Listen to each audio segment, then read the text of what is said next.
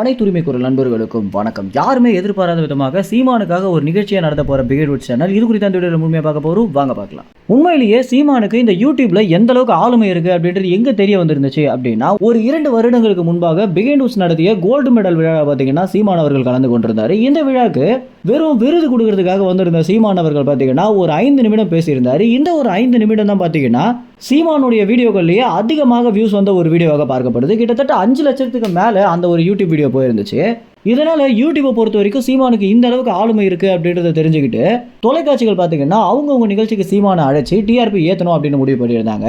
இதனை அடுத்து தான் பார்த்தீங்கன்னா விஜய் டிவி, ஜீ தமிழ் இந்த மாதிரியான தொலைக்காட்சிகளுக்கு சீமான் சிறப்பு விருந்தினராக வந்திருந்தார். அவங்க எதிர்பார்த்த மாதிரியே டிஆர்பிலேயே நம்பர் 1 இடத்தை பிடிச்சி சீமான் வந்திருந்த அந்த ஒரு நாள் நிகழ்ச்சி அப்படின்றது நிறைய பிஸ்னஸ் ஈட்டி கொடுத்துருந்துச்சு.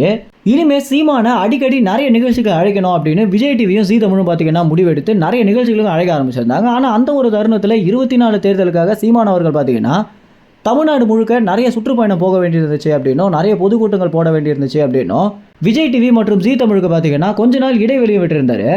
இந்த ஒரு தருணத்தில் நிர்வாகிகள் என்ன சொல்லியிருந்தாங்க அப்படின்னா, நம்ம பொதுக்கூட்டங்கள் போகிறத விட இந்த மாதிரி நிகழ்ச்சிக்கு போயிட்டு வந்தீங்க அப்படின்னா அதிகமான மக்களை சென்றடையலாம் அப்படின்னும் அங்கே பேசுகிற ஒரு 10 நிமிஷம் அப்படின்றது அதிக அளவில் பகிரப்பட்டு நிறைய ஆதரவுகள் கிடைக்க வாய்ப்பு இருக்குது அப்படின்னு சீமானுக்கு அறிவுரையாகவும் சொல்லியிருந்தாங்க.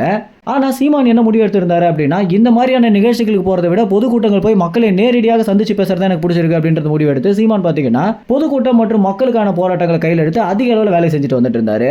இப்போ தேர்தல் முடிஞ்சு 26 தேர்தலுக்கு இன்னும் 2 வருடங்கள் இருக்கு அப்படின்ற காரணத்தினால சீமான் அவர்களை வச்சு ஒரு தனியாக ஒரு நிகழ்ச்சி நடத்தலாம் அப்படின்னு விஜய் டிவி, ஜீ தமிழ் திட்டமிட்டு இருக்காங்க.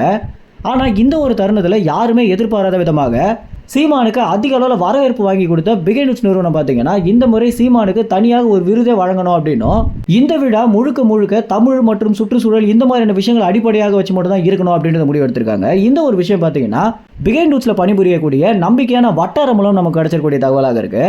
இப்படி பிகேட் நிறுவனம் சீமானுக்கு என்று சுற்றுச்சூழல் அல்லது தமிழ் சார்ந்த விருது கொடுத்துட்டாங்க அப்படின்னா நிச்சயமாக இது அதிக அளவில் ஷேர் செய்யப்பட்டு இந்த வீடியோ நம்பர் 1 ட்ரெண்டிங்காக மாறும் அப்படின்றதுல எந்தவித மாற்று கருத்துமே இல்லை அப்படின்னு தான் சொல்லணும். மேலும் இந்த ஒரு தகவல் குறித்து என்ன நினைக்கிறீங்க அப்படின்ற உங்க கருத்துக்களை கமெண்ட்ஸ்ல தெரிவிங்க. நன்றி, வணக்கம்.